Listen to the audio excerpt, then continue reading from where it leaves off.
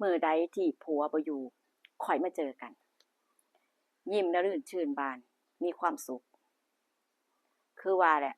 ถ้าเกิดว่าเป็นคนที่ชอบมักหลอยกินจอบกินจังซี้ก็มีความสุขเนื่องจากผัวเนี่ยไปทำงานเมียอยู่บ้านได้ฟังหัวข้อแล้วก็สิตื่นเต้นเดะเนาะที่มาของเรื่องนี้คือครอบครัวผัวเนี่ยเป็นคนที่ไปทำงานไกลกลับเดือนละครั้งบางเที่ยบางที่นี่2เดือนเทื่อหนึ่งจึงได้กลับมาบ้านเมียก็คืออย่างว่าแหละมันอยู่ห่างไกลกันอยู่ห่างไกลกันก็เกิดความเหงาเกิดความเหงาก็เลยคบกับผู้ชายที่รู้จักกันก่อนหน้านี้ก็บอกว่าเป็นเพื่อนเออเป็นเพื่อนแล้วก็ทักทายพูดคุยกันตลอดพ่อเป็นเพื่อนนานๆก็พัฒนามาเป็นคนรู้ใจพัฒนาไปเรื่อยๆเรื่อยๆเรื่อยๆจนมาถึงจุด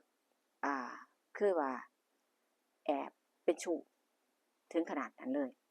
ผัวบ่รู้เรื่องหยังเพราะว่าผัวนี่ไปทำงานพ่อได้เงินพ่อมีเงินก็ส่งมาให้เมียก็มีความสุขเพราะว่าบ่ได้เฮ็ดงานบ่ได้ลำบากตรากตรำหยังมีหน้าที่ใช้เงินอย่างเดียวแล้วก็หาความสุขนอกบ้านถ้าจะมองว่าแล้วผัวรู้บ่ผัวนี่ก็พอรู้พอได้ยินว่าประวัติเมียเจ้าของนี่มันเป็นแบบใดเพราะว่าก็มีคนที่รู้จักส่งข่าวเล่าเรื่องแต่ว่าผัวก็บ่คิดที่จะจับผิดหรือว่าหาความจริงเพราะมีความคิดว่าบ่รู้มันก็สิเจ็บน้อยกว่าแล้วอีกอย่างหนึ่งรู้แล้วมันก็บ่ได้เกิดประโยชน์หยังถ้าเกิดว่าเมียอิ่มแล้วพอแล้วเบื่อเดี๋ยวเขาก็เลิกเองถ้าได้ถ้าเกิดว่าไผได้ผัวแบบนี้ก็แสนประเสริฐเนาะแสนประเสริฐเดะแสดงว่าผัวนี่เป็นคนที่ดีแรงคนที่ดีเป็นคนที่จิตใจดีใจกว้างเพราะว่าผัวเนี่ยไปทำงานก็บ่แม่นว่าสิมีผู้หญิงใหม่บ่แม่นว่าสิมีเมียใหม่เดะตั้งหน้าตั้งตาทำหน้าที่เจ้าของเพราะว่าผัวว่าเพราะว่าบ่ได้อยู่นำกันผัวก็เลยคิดว่าบ่ได้ให้ความสุขเขาอย่างเต็มที่แต่ถ้าเกิดว่าสินอนเฝ้าสิอยู่บ่ไปทำมาหากินไสนี่มันก็ต้องอดมันสิอดมันสิอดแล้วมันก็สิแย่กว่าที่เป็นอยู่ก็เลยทำใจได้คิดถึงลูกคิดถึงสิ่งอื่นมากกว่าที่จะมาหึงหวงโตเมียอันนี้คือเหตุผลของผัวเดะเพราะว่าคิดถึงอนาคตของลูกคิดถึงปากท้องมากกว่าสิมานั่งหึงหวงมากกว่าสิมานั่งจับผิดว่ามื้อนี้เมียข้อยไปไส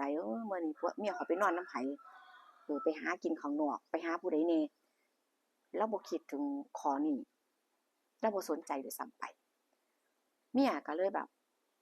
ว่าแบบว่ามีความสุขกับสิ่งที่ตัวเองเป็นอยู่จังซี้นะแล้วที่นี่อ่าด้วยความที่ว่ามั่วกับคนนั้นคนนี้หลายจังซี้เนาะคือผัวเนี่ยบ่ได้กลับ2 เดือนที่ผัวบ่ได้กลับบ้านจนมันนานเกินไปแล้วลูกก็จะถามเลยว่าพ่อคือบ่กลับหือโดนแล้วจังซี้ความคิดฮอดนำคนในครอบครัวบ่เห็นกันโดนจังซี้อืมเมียก็จนลืมไปแล้วว่าผัวบ่กลับมานานเท่าใดแล้วเพราะว่าบ่ได้ให้ความสำคัญแล้วบ่สนใจแล้วก็ตัวเองก็สิสนใจแต่เรื่องอื่นคนที่อ่าคบอยู่คนใหม่คนที่มีความสัมพันธ์กันจังซี้มากกว่ามากกว่าคนที่ให้อ่าความสุขแล้วก็เอ่อปากท้องอิ่มเอ่อมากกว่าคนที่หาให้กินว่าง่ายๆแล้วเวลาผ่านไป2 เดือนผัวยังบ่ทันกลับด้วยความที่ว่าไปหาคนนั้นบ้างไปมั่วกับคนนี้บ้างจังซี้นะคือร่างกายของคนเราเนาะ เกิดมีอาการป่วยแบบว่าบ่รู้สาเหตุอะว่าเจ้าของเป็นหยังจังซี่นะก็เที่ยวไปหาหมอนั่นหมอนี่หมอก็ว่าก็รักษาตามอาการคือผู้หญิงเนาะมันเกิดแบบอาการป่วยแบบว่าเขาเรียกแบบว่าภายในอะหรือภายในร่างกายของผู้หญิงเนี่ยแล้วทีนี้ไปหาหมอหมอก็ว่าเป็นโรคนี่กินยาแล้วก็บ่หายเออแล้วทีนี้ไปหาหลายหมอแฮงเออจนไปได้รู้อีกทีก็ตัวเองนี่คือแบบว่ามันเป็นแห้งแล้วก่อนหน้านี้ก็ไปหาหมอก็บ่บอกผัวว่าเป็นนั่นเป็นนี่ก็ใช้ชีวิตปกติเออแล้วหมอก็บอกว่า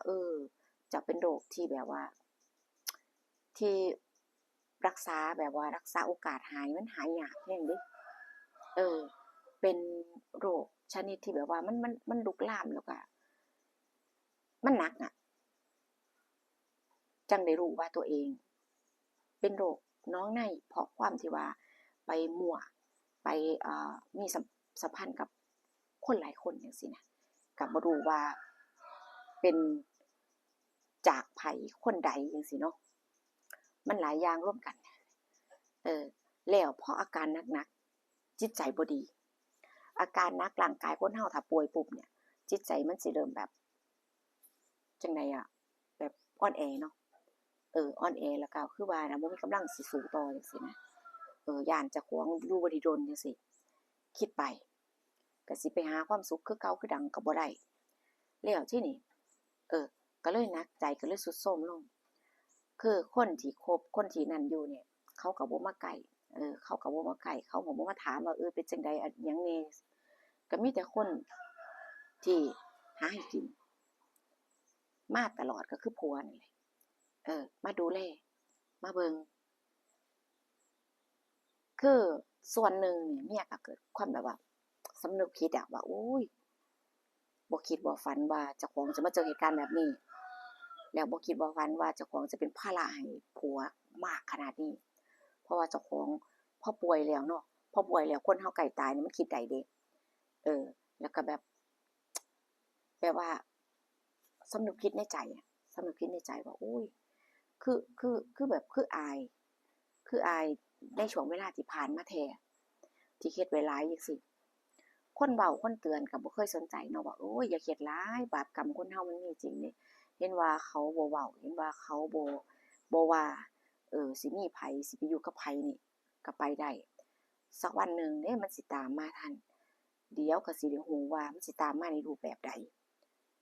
คนใกล้ชิดเนาะก็บอกก็เตือนแต่บ่เคยฟังอายังมีความแบบว่าต้องการยังม่วนยังแบบว่ามีความสุขอยู่กับเรื่องแบบนี้อยู่หยุดบ่ได้พอบ่เป็นแต่ผลสุดท้ายเนาะผลสุดท้ายก็พอตัวเองป่วยร่างกายมันย่ำแย่นี่คนที่ว่ารักหลายคนที่ว่าอยู่ให้ความสำคัญตลอดกลับบ่มองกลับบ่มองกลับบ่เห็นค่ากลับบ่ได้มาดูแลเท่าที่เท่าที่อ่าตัวเองอะทุ่มเทกับเขา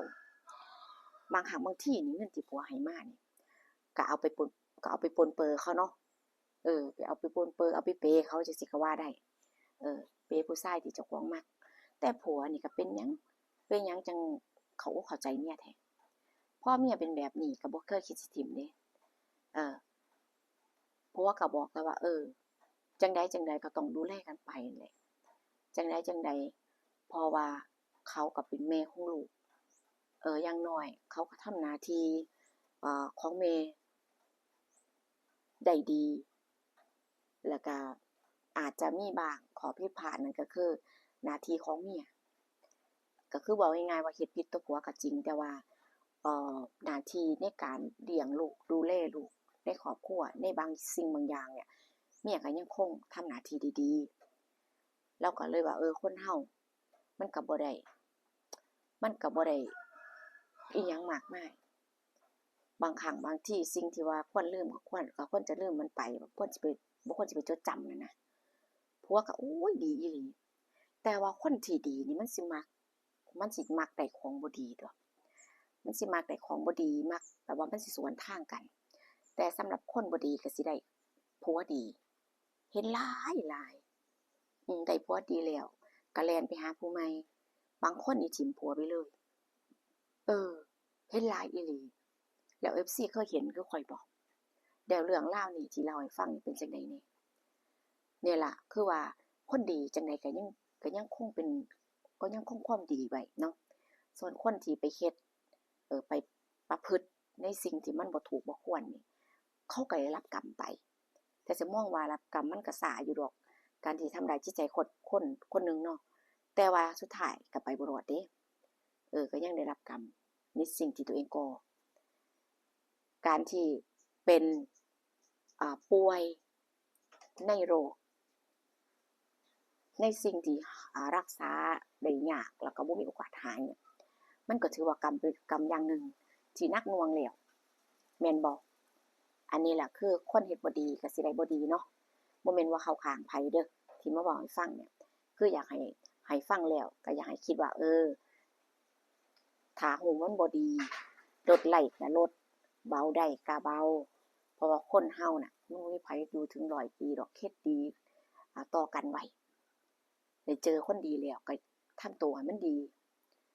ใช้ชีวิตให้มีความสุขอยู่กับครอบครัวเจ้าของนั่นนะที่เอามาเฮ็ดเอามาสร้างเป็นคลิปเล่าให้ฟังนี่เจอกันคลิปหน้าพี่น้องดูว่าผู้สิมีเรื่องเล่าหยังมาเล่าให้ฟังอีกเนาะส่วนคลิปนี้ไปแล้วนะคะบ๊ายบายค่ะสวัสดีค่ะ